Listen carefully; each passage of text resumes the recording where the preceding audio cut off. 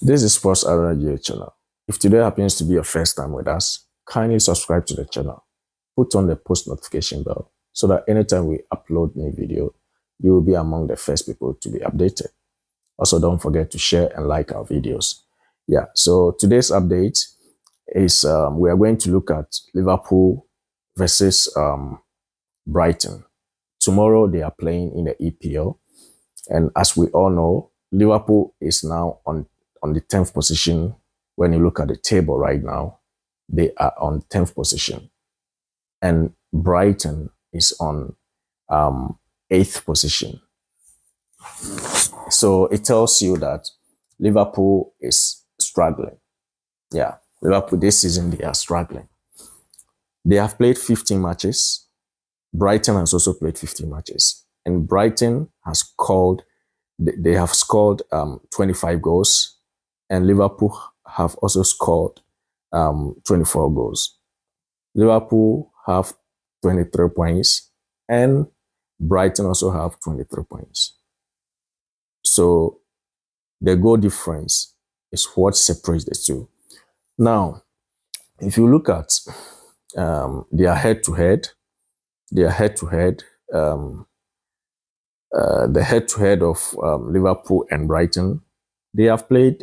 They've played so many matches, but let's look at their last 5 matches they've played. Liverpool has won 3 of them, and Brighton has won only 1, and they've drawn 1 of the games. So, on paper, Liverpool is ahead of Brighton.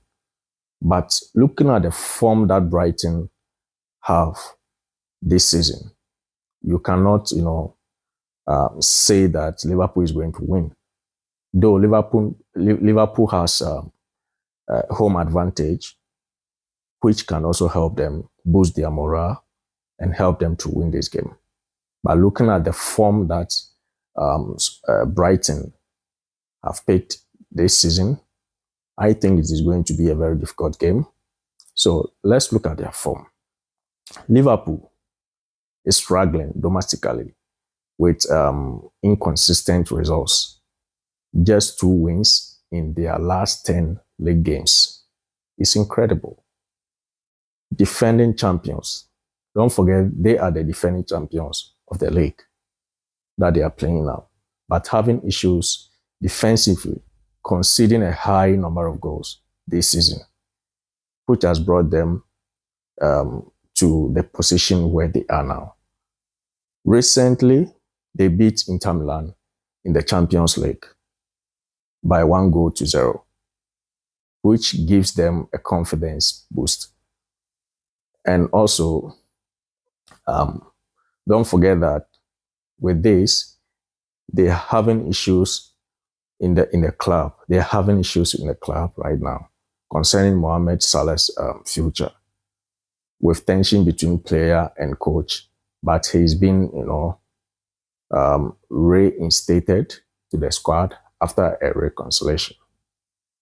So let's hope things are going to go on well for Liverpool side, and they will be able to, win this game.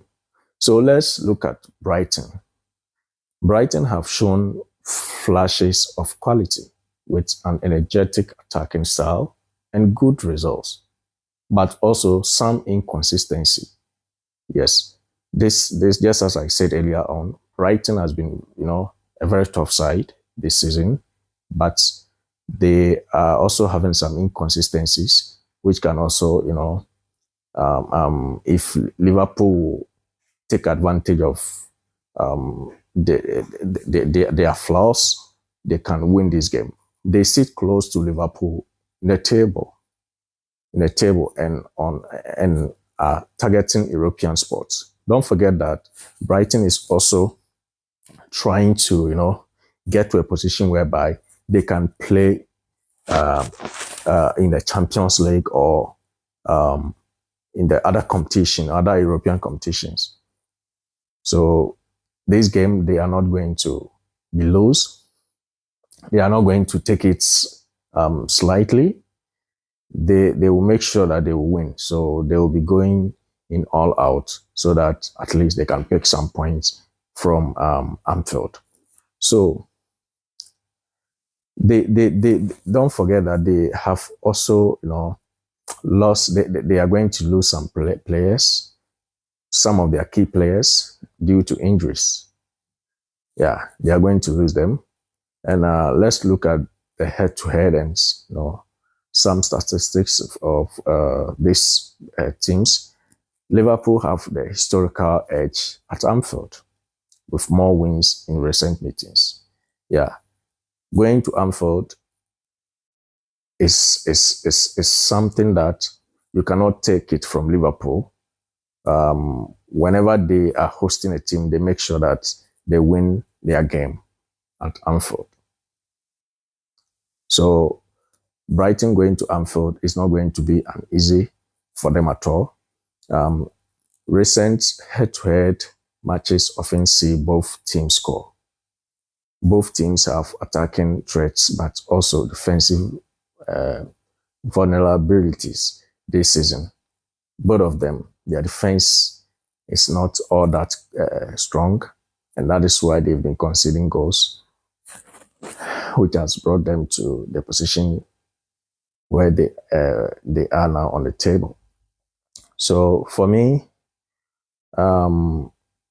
when it comes to predictions of things, it's towards goals, with many models suggesting over 2.5 and more. So for me, I see this game to have more goals. Yeah. So let's look at their tactics and style, how they play. When you come to Liverpool, they like, pressing high and also rapid win play at home whenever they are playing at home. So this style of play can also expose the defense due to fullbacks pushing high and occasional lack of compactness, because when you are pressing high, you are always focused on attacking, and which, if you are not careful, you can also forget the defense. And when the ball, when the opponent get the ball, they can hurt you by using a counter attack. So that is also the style of play of Liverpool. Some uncertainty about exact lineup because of small injuries and the ongoing Salah situation. So this also can affect Liverpool if they fail to manage Salah's situation before this game. So we are done with Liverpool. Let's move on to Brighton.